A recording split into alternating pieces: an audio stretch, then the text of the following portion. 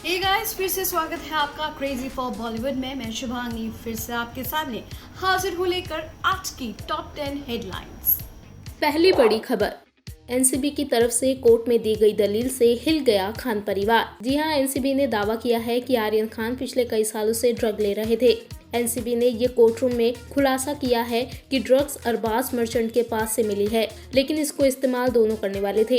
NCB Aryan Khan की जमानत का विरोध करते हुए ये भी बता रही है कि आर्यन के खिलाफ उनके पास खूब सबूत हैं और वो कोर्ट में साबित कर देंगे कि आर्यन खान लगातार ड्रग्स का इस्तेमाल करते आए हैं। आपको बता दें कि अब तक इस केस में आर्यन खान के पास से ड्रग्स बरामद न होने की बात कही जा रही थी। इसी बुनियाद पे ये भी कहा जा रहा था कि आर्यन ड्रग्स नहीं लेते और उन्हें गलत तरीके से फंसाने की कोशिश की जा रही है।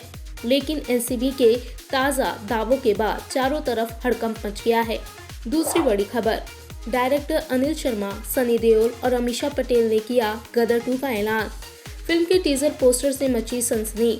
जी हां, 15 अक्टूबर को गदर 2 का ऑफिशियल ऐलान होगा, लेकिन इससे पहले ही मार्केट में माहौल बनना शुरू हो चुका है। सनी देओल के फैंस खासे एक्साइटेड हैं। आपको बता दें कि साल 2001 में आई गदर एक प्रेम कथा उस साल की सबसे ज्यादा कमाई करने वाली फिल्म बनी थी और इसने सनी के करियर को पूरी तरह से बदल कर रख दिया था।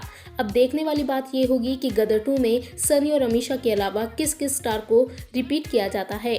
तीसरी बड़ी खबर, फरदीन खान के कमबैक पर बोले डायरेक्टर संजय गुप्ता। संजय ने कहा कि वो फरदीन के फिजिकल ट्रांसफॉर्मेशन से हैरान थे और इसीलिए उन्होंने फरदीन को अपनी फिल्म में कास्ट किया।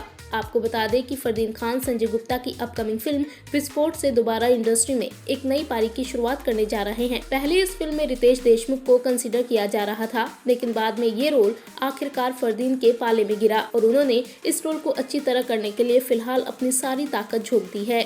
चौथी बड़ी खबर, काजोल की बहन तनिषा मुखर्जी भी शाहरुख खान के बेटे आर्यन के सपोर्ट में अब खुलकर सामने आ गई हैं। मीडिया से बात करते हुए तनिषा भड़क उठी और उन्होंने कहा, मैं पूरी तरह से मानती हूं कि आर्यन के केस में ये हरासमेंट है, एक बच्चे को मीडिया ट्रायल पर रखना और भी बहुत कुछ। ये रियल जर्नलिज्म नहीं है, ये एक तरह की सेंसेशनलिज्म है और इसे बॉलीवुड को कोसना भी कह सकते हैं।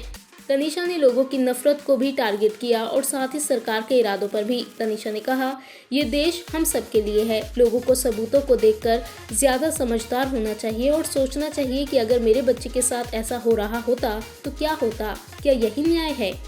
पांचवी बड़ी खबर, आखिरकार आर्यन ने तोड़ी जेल की रोटी। जी हां, लगातार बिस्किट और घर के खाने की वजह से जेल का खाना खाने से बचते आ रहे आर्यन को आखिरकार रात में जेल की रोटी दाल खानी ही पड़ी। दरअसल जेल मैनुअल के मुताबिक किसी भी कैदी के लिए घर से खाना नहीं आ सकता, लिहाजा उन्हें जेल का खाना ही खाना पड़ेगा। बात कुछ यूँ थी कि कोविड टेस्टिंग के नाम पर आर्यन को अब तक ऑर्थर रोड जेल में शिफ्ट नहीं किया गया था, लिहाजा अब तक आर्यन के लिए किसी तरह घर से खाना पहुंच रहा था। लेकिन 14 अक्टूबर को आर्यन की कोविड रिपोर्ट नेगेटिव आने के बाद उन्हें ऑर्थर रोड जेल के नॉर्मल बैरक में शिफ्ट कर दिया गया, जहां उन्हें आम कैदियों की तरह ही जेल का खाना परोसा जा रहा है। छठी बड़ी खबर, 200 करोड़ की हेराफेरी के मामले में दिल्ली में ईडी दफ्तर में पहुंची नोरा फतेही। आपको बता दें कि ईडी ने जैकलीन और नोरा दोनों को इस मामले में समन भेजा था। आदेश का पालन करते हुए नोरा फतेही फौरन ईडी के दफ्तर भी पहुंची और अपना स्टेटमेंट रिकॉर्ड कराया। ये मामला दिल्ली की तिहाड़ जेल से 200 करोड़ की रंगदारी के वसूली का है। अब तक ऐसा लग रहा था कि इस मामले में नोरा फतेही एक गवाह है, लेकिन पहले राउंड की पूछताछ के बाद से ये साफ हो गया कि ईडी नोरा को लेकर अपना क्या रुख रखती है। आज नोरा के बाद कल जैकलिन के भी ईडी दफ्तर आने की संभावना है। सातवीं बड़ी खबर, एक बार फिर बिगड़ रहा है शिल्पा शेट्टी, राज कुंद्रा और शर्लिन चोपड़ा का मामला। जहां एक तरफ शर्लिन चोपड़ा राज कुंद्रा के खिलाफ एफआईआर लिखवा रही हैं, तो वहीं दूसरी तरफ शिल्पा और राज के वकीलों ने शर्लिन चोपड़ा को मानहानि का केस करने की खुली धमकी दी है। जी हां, जेल से बाहर आने के बाद भी राज कुंद्रा की मुश्किलें कम नहीं हुई।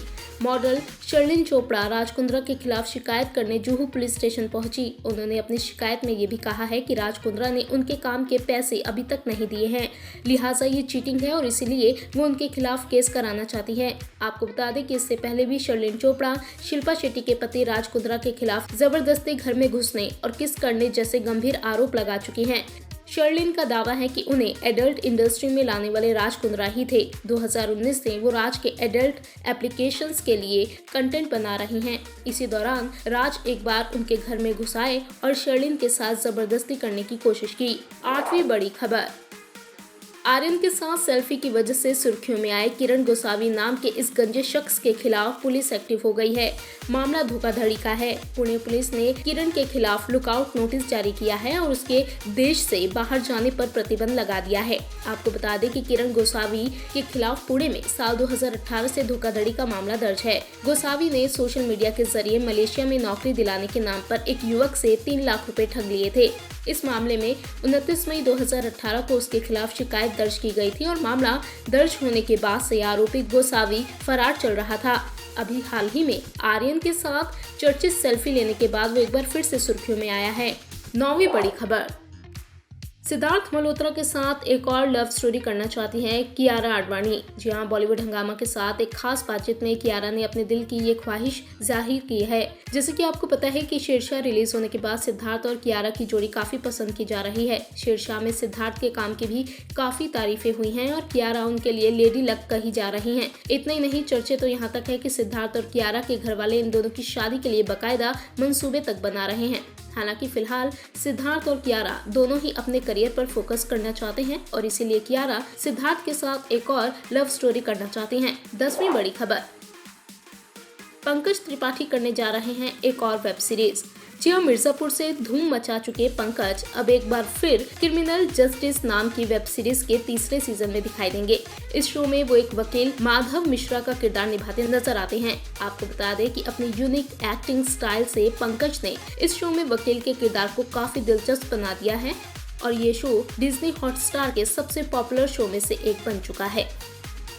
बॉलीवुड की latest news, gossip, film reviews, song reviews के लिए सब्सक्राइब करें हमारे चैनल क्रेजी फॉर बॉलीवुड को। And yes, don't forget to press the bell icon ताकि हमारे चैनल पे आई कोई भी नई इंफॉर्मेशन आप बिल्कुल भी मिस ना कर पाएं।